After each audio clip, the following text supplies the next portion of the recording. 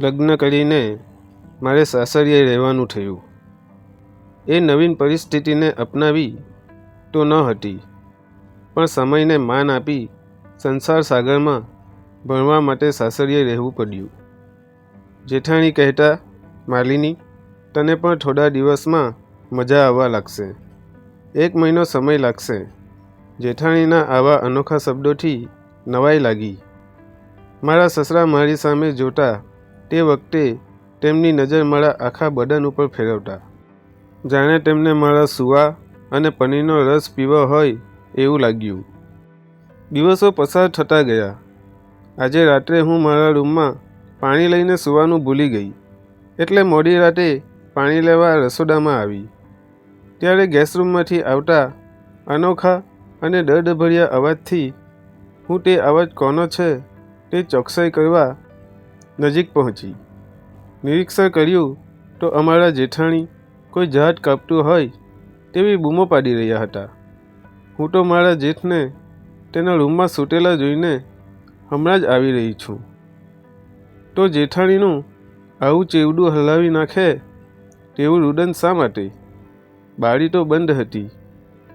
તો ટેબલ ઉપર ચડી ઉપરના કાચમાંથી જોયું તો મારા સસરાએ મારી જેઠાણીને પાછળથી બરફ ઘસવાની જેટલી સ્પીડ હોય તેવી ઝડપે માથાના વાળ પકડીને, નમસ્તે મિત્રો.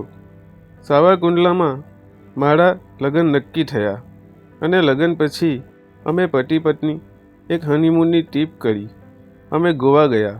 ત્યાં 1 અઠવાડિયા સુધી હોટલ બુક કરાવી હતી. જીવનની એક ક્ષણ હજુ મને ભૂલાતી નથી કે હું અને અજય એક જ બેડ ઉપર પહોંચવા સંબંધ બનાવ્યો હતો. મારી તૂટીઓને અજયે જે જાગૃત કરી હતી એ તમને શું કહું. એ સમયે દરેક દરમિયાન હું તેમના માટે બહુ ખુશ હતી, કેમ કે વાત કંઈક અલગ જ હતી. મને મારા રોમમાં અંદર ઉતરીને મને અને મારીને ફેરવીને ઊંડો ઘા આપી દીધો. 7 દિવસ પૂરા થયા એ સમય પણ આવી ગયો કે અમારે ત્યાંથી નીકળવું પડ્યું, કેમ કે અઠવાડિયા સુધી તો અમે પ્રેમલીલાના અનેક દ્રશ્યોની મજા લીધી હતી. હવે ઘરેથી ઘણા બધા ફોન આવી ચૂક્યા હતા. ક્યારે આવો છો? અજય મને કહ્યું, માલિની અને આપણે ઘેર જવા માટે નીકળી જઈશું. ઘરે પહોંચ્યા તો અમને જોઈને બધાના ચહેરા ઉપર ખુશી આવી ગઈ. તે કહેવા લાગ્યા, આવો આવો, તમારું સ્વાગત છે. પછી હું અને અજય શરમાઈને અમારા રૂમમાં ચાલ્યા ગયા. ગોવાથી અમે ટ્રાવેલિંગમાં થાકી ગયા હતા, એટલે અજયે એ દિવસે મને મારી કિલકારીને ફક્ત એક જ વાર નીચું અને આનંદ અપાવ્યો. મારે જેઠાણી આવ્યા અને બોલ્યા, માલિની, બોલ, હવે કેવું રહ્યું ગોવામાં, અને જરા વિસ્તારથી જણાવને. શું કર્યું હતું? મીરાબેન, તમે બહુ કહેતા મને શરમ આવે છે. પહેલાં એ કહે ત્યાં ઉતર્યા હતા કે નહીં? હસતા હસતા મેં કહ્યું, મીરાબેન, એક પણ ઉપર રાખ્યું હતું નહીં. આપણી વખાણાતી જે વસ્તુઓ છે એને તો અજય 2 હાથથી વાલવીને માખણ કાઢ્યું હતું. રવૈયાનો આનંદ તો મને મારે તમને કંઈ જણાવવાની જરૂર છે? મારા જેઠજીએ ધક્કા તમને નથી માર્યા. હું સમજતી નથી તમને કહેવાની. માલિની, તો અજય તારી સાથે ખૂબ છેડછાડ કરી લાગે છે.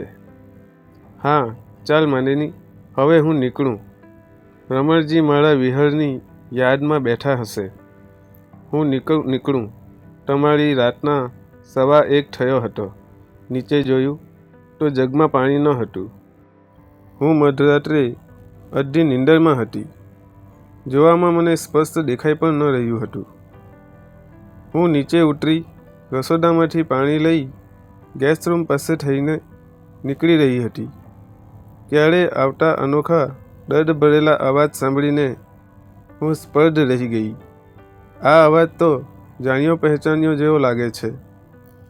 આવી સિસકારીઓ કોણ લગાવી રહ્યું છે?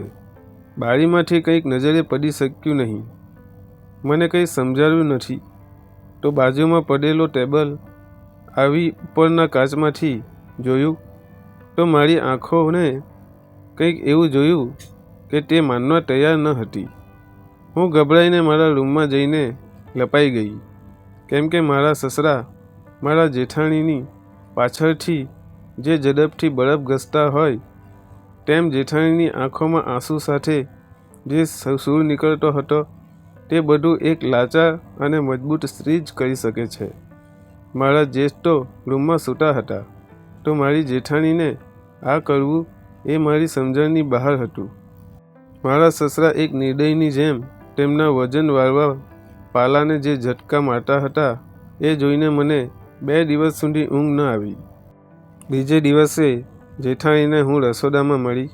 મીરાબેન, તમને એક વાત કહું, આપણા સસરાજીનો સ્વભાવ મને યોગ્ય લાગતો નથી. આટલું બોલતાની સાથે જ ત્યાંથી નીકળી ગયા. મેં દોડીને તેને પકડ્યા. તમે કેમ આમ ભાગો છો? શું વાત છે? તે બોલી, તે માણસ નથી, હેવાન છે, ખોટકામ કરવાવાળો હેવાન. હું લગ્ન કરી ઘરમાં આવી ત્યારથી લઈને અત્યાર સુધી મારા પતિ દ્વારા મને 2-4 વખત જ મારી લાગણીનો હું સ્પર્શ અને મજા કરી છે. પણ જ્યારે અમને આ કામ કરતા દરમિયાન મારા સસરા રૂબરૂ જોઈ ગયા હતા ત્યારથી તે મને તેમની બનાવવા માટે તત્પર હતો. મને એવું કંઈક ખવડાવીને તેની નજીક કરી દીધી છે. એટલે હું રોજ રાત્રે સમય થાય એટલે હું તેમની ગુલામ બની જાઉં છું અને તેમને જેમ ફાવે તેમ દહીંમાં રવૈયો નાખીને ઓલવીને ખાઈ જાય છે. મેં કહ્યું, શું આ વાત મારા જેઠજીને ખબર છે? તે બોલી, ના, નથી ખબર. તો તમે જણાવો ને એને. ના. કેમ?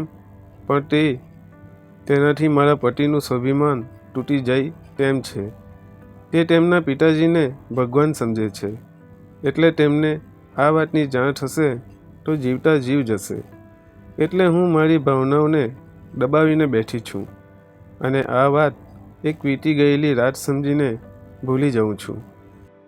એક દિવસ હું તેવી રીતે ફરી રાત્રે ઘરમાં ફરતી હતી એટલે મારા સસુરજી મારી સામે આવીને મને પકડી લે છે અને પછી પરિસ્થિતિને કાબૂ કરે તે પહેલાં મને ગેસ્ટ રૂમમાં લઈ જાય છે અને તેઓ મારી સાથે મારા વિચારોની વિરુદ્ધ એક દયનીય અને વિકરાળ ચમકાવી દે તેવી સ્થિતિ લાવી દે છે. તે મારી સાથે મારી ભાવનાઓની સાથે રંગીન બનાવવા માંગતા હોય છે. હું જેમ તેમ કરીને ત્યાંથી છટકીને મારા રૂમમાં પહોંચી જાઉં છું અને અમારા પતિને બધી વાત કરું છું. ત્યાર પછી અમે પોલીસનો સહારો લઈને અમે અમારા ઘરમાં ચાલતા આવા ડરામણા ખેલોથી બચવાનો એક નિર્ણય લીધો હતો. મારા જેઠ મારી સુધી પહોંચે તે પહેલાં તેમને અને મારા સસરાના કરતૂત હિસાબ કરવા માટે તેમને પોલીસને હવાલે કર્યા. મારી જેઠાણી બોલી, માલિની, મોડું તો થઈ ગયું છે, પણ હવે પછી આ ઘરમાં નિરાંતે ઊંઘ આવશે અને રાત્રે બીક વગર આરામથી ફરી શકશો. મિત્રો, આપણા સમાજમાં ચાલતા આવા ઘરોમાં બનતા બનાવોની એક નાની એવી ઝલક તમારા સમક્ષ રજૂ કરી છે. જો વિડીયો તમને ગમ્યો હોય તો ચેનલને લાઈક કરી સબસ્ક્રાઈબ કરી દેજો. વિડીયોમાં આવેલા દરેક નામ, પાત્ર અને ઘટના ફક્ત કાલ્પનિક હતા. તેનો કોઈ પણ વ્યક્તિ સાથે સંબંધ નથી. ફરી મળશું આવતીકાલે. ત્યાં સુધી આવજો.